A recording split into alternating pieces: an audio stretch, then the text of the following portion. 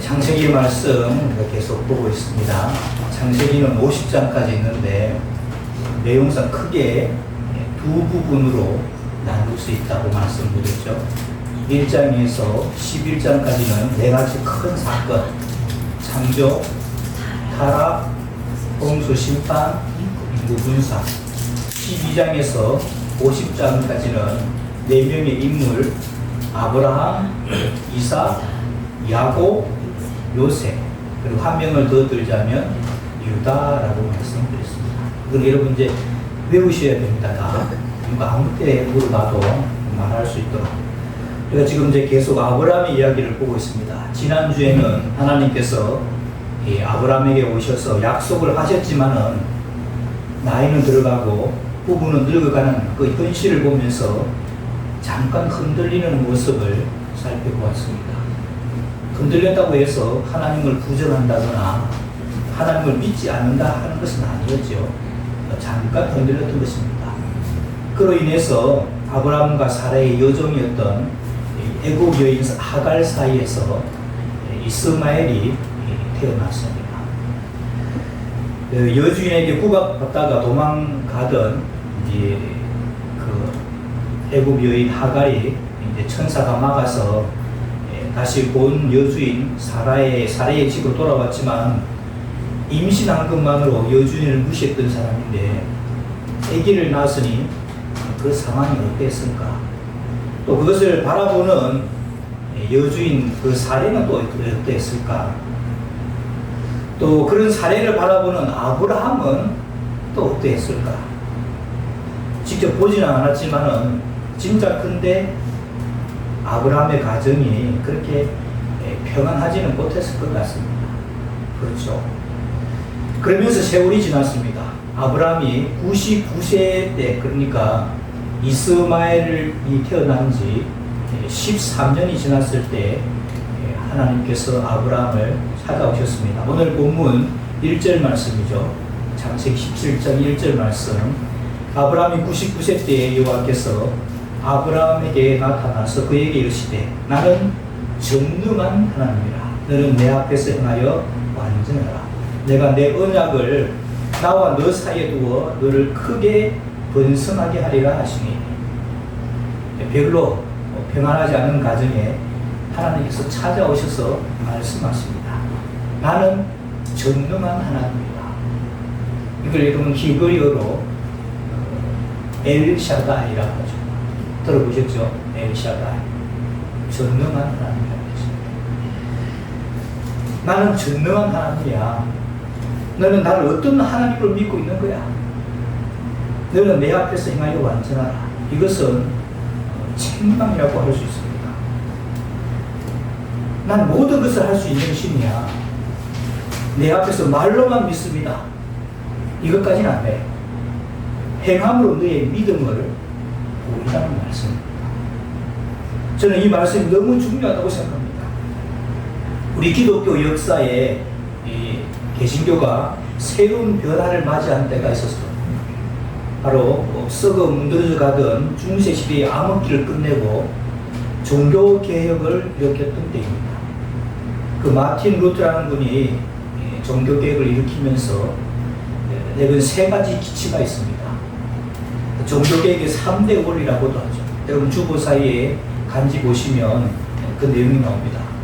첫 번째가 오직 성경으로. 주보 사이 간지를 보시기 바랍니다. 오직 성경으로.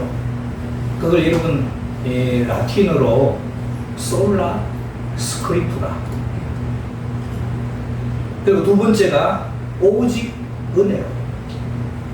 솔라 그라시아. 그리고 세 번째가 오직 믿음으로. 솔라 피데. 이게 솔라라는 말이 이제 오직이라는 말인데, 여러분 노래할 때 솔로 하는 것 들어보셨죠? 솔로를 한다. 이게 이제 혼자 한다는 뜻인데, 이제 오직이라는 그런 의미를 가지는 것이죠.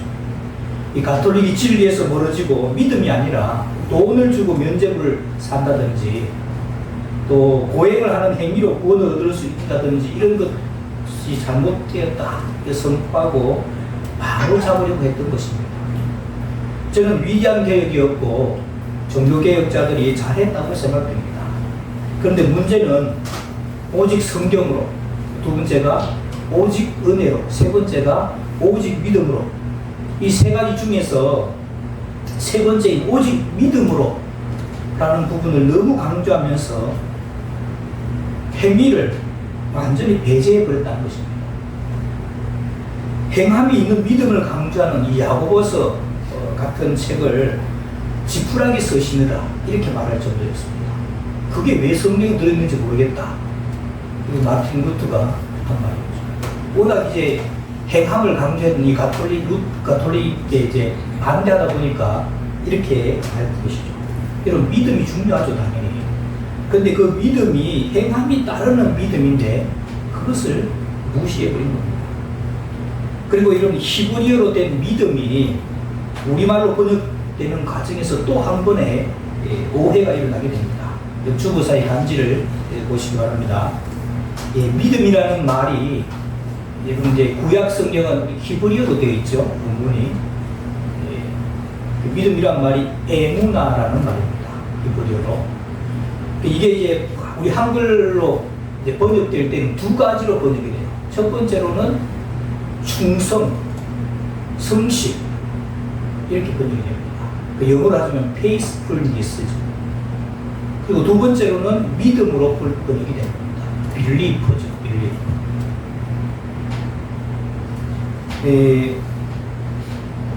구약 성경에 여러분 이 믿음이라는 이 에무나라는 말이 49번 사용되는데 그 중에 48번이 충성됨이나 성실로 번역이 됩니다. 그런데 딱 한 번, 그 49번 중에 한 번이 믿음으로 번역이 돼요.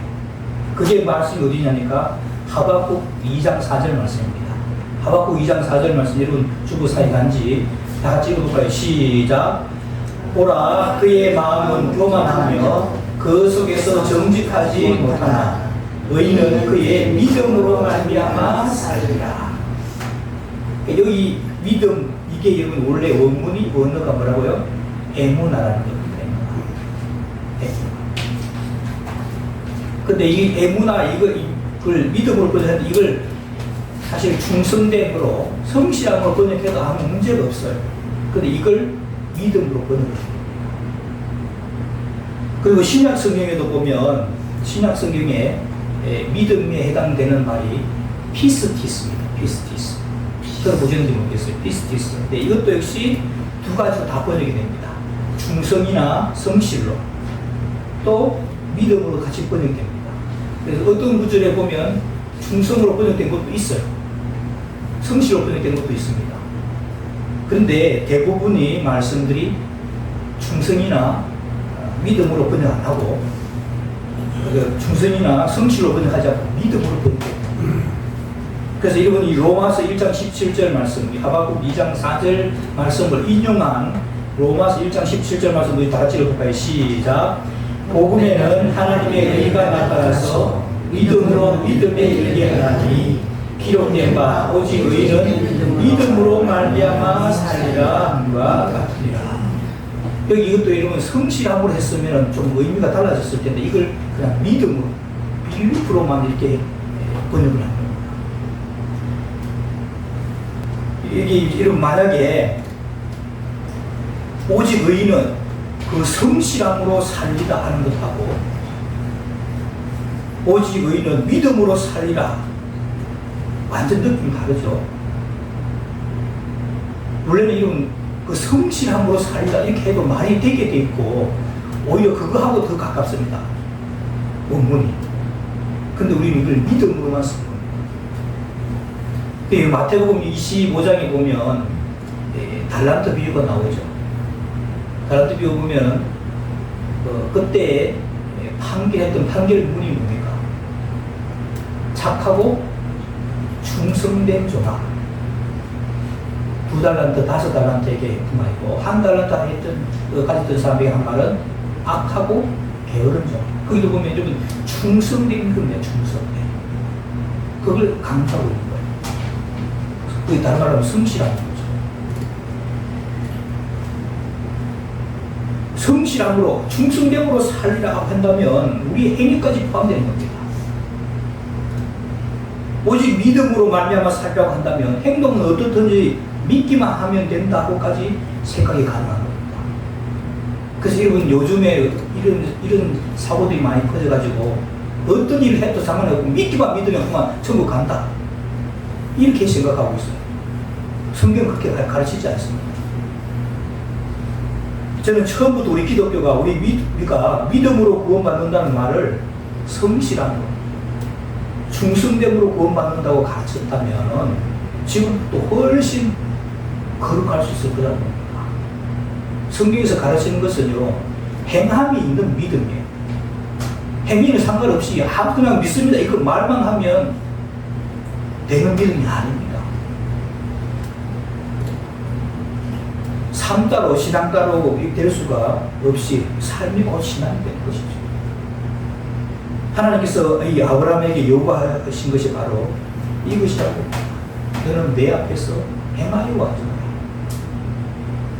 우리가 여러분 아무리 완벽하게 한들 하나님 앞에서 이런 완전할 수가 있겠습니까? 완전할 수 없죠. 하지만 그렇게 살려고 노력할 때 거룩해지는 겁니다. 그런 삶을 살 때 아브라함의 그 삶의 모습에서 하나님을 보는 것이죠. 실제로 여러분 불신자들이 아브라함을 찾아와서 고백을 하죠. 당신의 삶 속에서 하나님께서 살아계신 것을 봤다. 불신자들의 고백입니다. 왜? 아브라함이 그렇게 살려고 노력했습니다.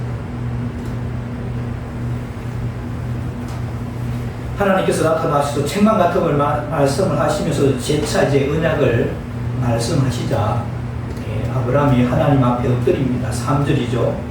아브라함이 엎드렸더니 하나님이 또 그에게 말씀하여 이르시되 보라 내 언약이 너와 함께 있으니 너는 여러 민족의 아버지가 될지라. 이제부로는 네 이름을 아브라함이라 하지 아니하고 아브라함이라 하리니 이는 내가 너를 여러 민족의 아버지가 되게 하리라. 하나님께서 아브라함에게 계속 주시는 것이 뭡니까? 약속이죠. 약속. 약속은 현찰이에요, 음이에요? 현찰이 아니죠. 기다려야 되는 것이고, 그냥 말입니다, 말. 그래서 말하는 분을 믿고 따라야 효과가 있는 것이죠. 그러면서 이 아브라함 이름을 아브라함으로 바꿉니다. 아브 하면 여러분 아비고, 우리말 똑같아요. 아브 하면 아비고, 람 하면 크다, 높다 이런 뜻입니다. 그래서 아브라함 하면 큰 아버지, 높은 아버지 이 정도고 아브라함 하면 여러 무리들의 아버지.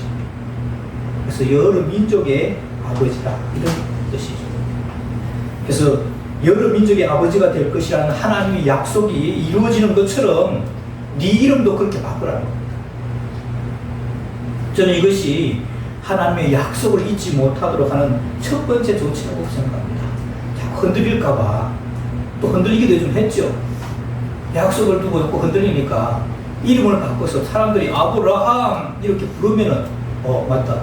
하나님께서 나에게 그렇게 말씀하셨지. 그 약속을 기억하게 하기 위해서 이름을 바꾸게 하시는 겁니다. 6절 내가 너를 심히 번성하게 하리니 내가 내게서 민족들이 나게 하며 왕들이 내게로부터 나오리라.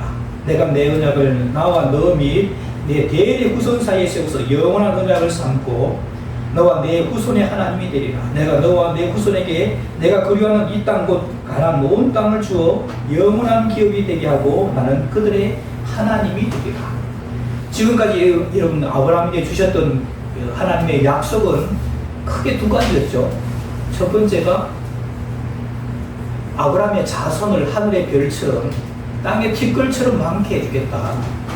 그게 첫 번째고, 두 번째는 네가 살고 있는 이 땅, 이 가나안 땅을 너와 네 자손에게 주겠다. 그게 땅에 대한 약속이었습니다. 그리고 지금까지는 하나님의 일방적인 약속, 즉 하나님께만 의무가 있는 변무적인 그런 약속이었습니다. 근데 그걸 이제 이 아브라함은 믿고 받아들이기만 했으면 되었던 것이죠.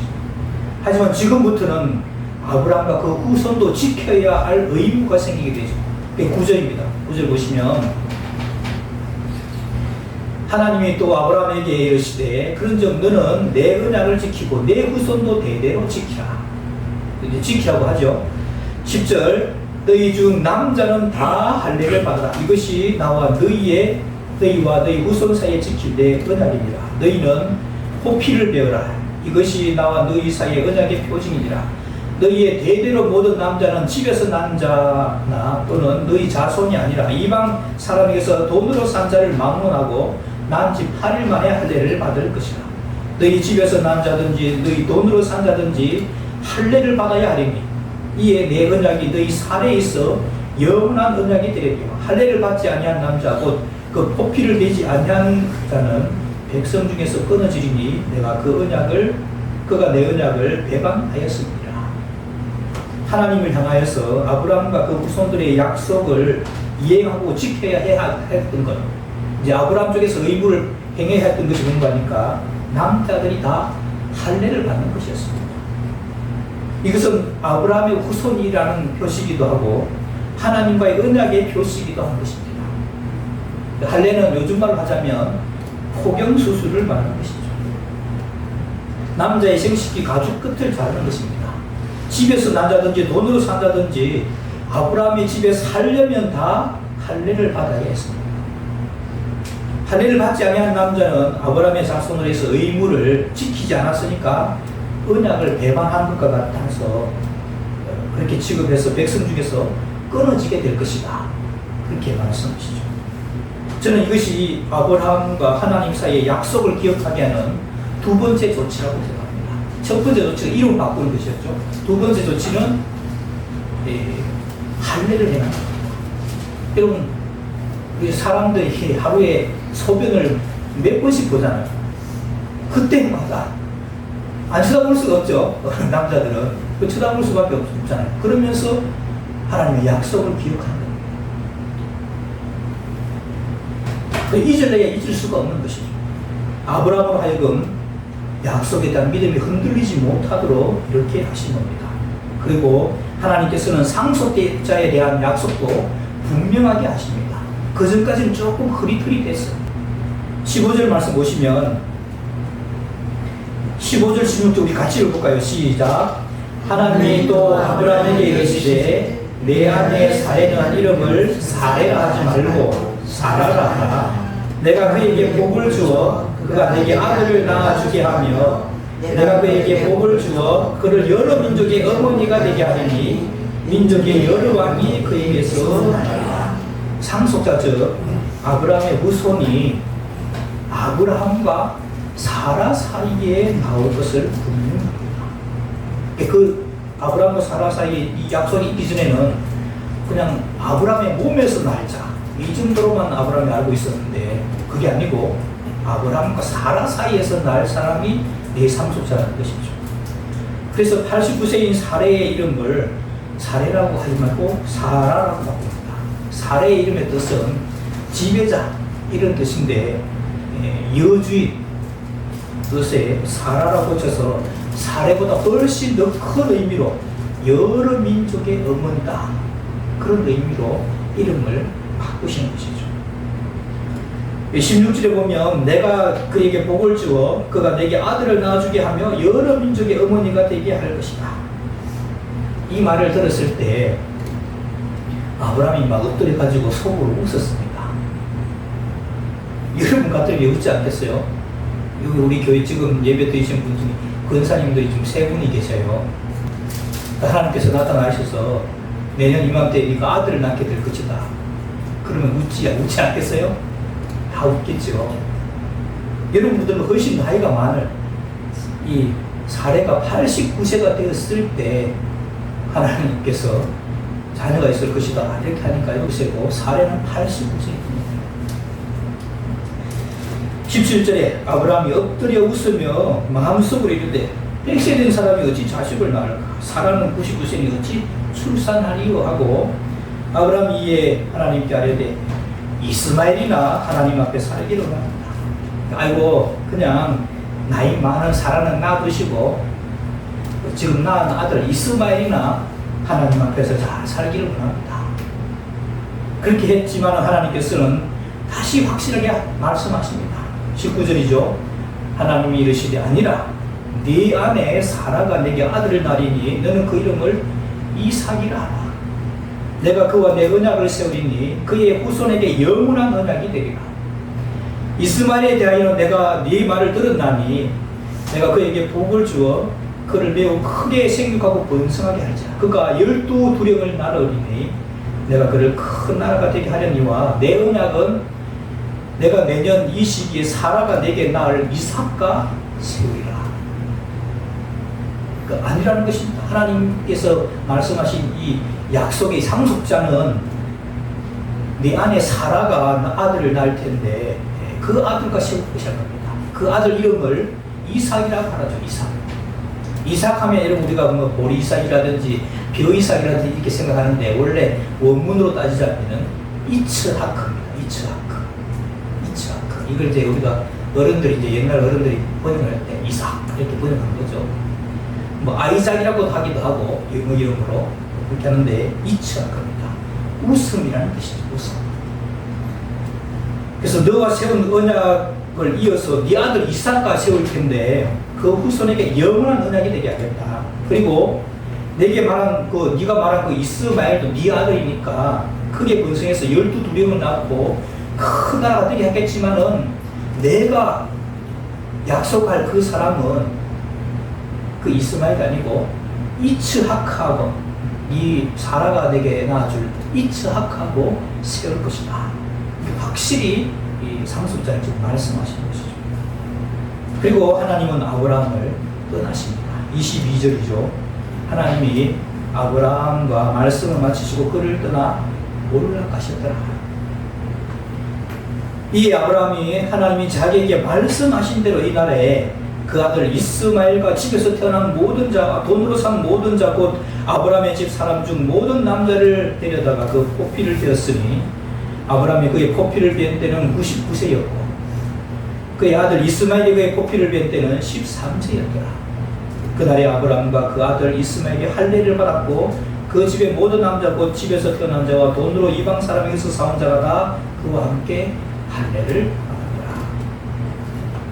여러분 99세 때에 하나님께서 아브라함하고 약속을 맺었죠. 물론 이 약속은 전에 맺었던 약속하고 이어진 것이지만 또 약속을 맺으면서 이제는 아브라함 편에서도 해야 할 의무가 있는, 그래서 이런 약속에는 두 가지 있다고 그랬죠. 한쪽에만 의무가 있는 이 편무적인 약속이 있고 양쪽 다 의무가 있는 쌍무적인 약속이 있다고 말씀드렸습니다. 지금 이 99세 때 맺은 약속은 아브라함도 지켜야 될 의무가 있는 약속인 겁니다. 당연히 하나님도 지켜야 될 의무가 있죠. 그런데 전에는 일방적으로 해주시겠다고 했지만 이제는 아브라함 편에서 의무가 생겼기 때문에 아브라함이 그걸 그대로 실행하는 모습을 봅니다. 그게 여러분 아브라함의 장점이죠. 하나님이 떠나고마자 그날에 바로 했다는 거예요. 그날에 여러분 사실 지금 의술이 발달되어 있는 요즘도 포경수술을 하는 것이 쉽지 않습니다. 마음먹고 해야 될 일이에요.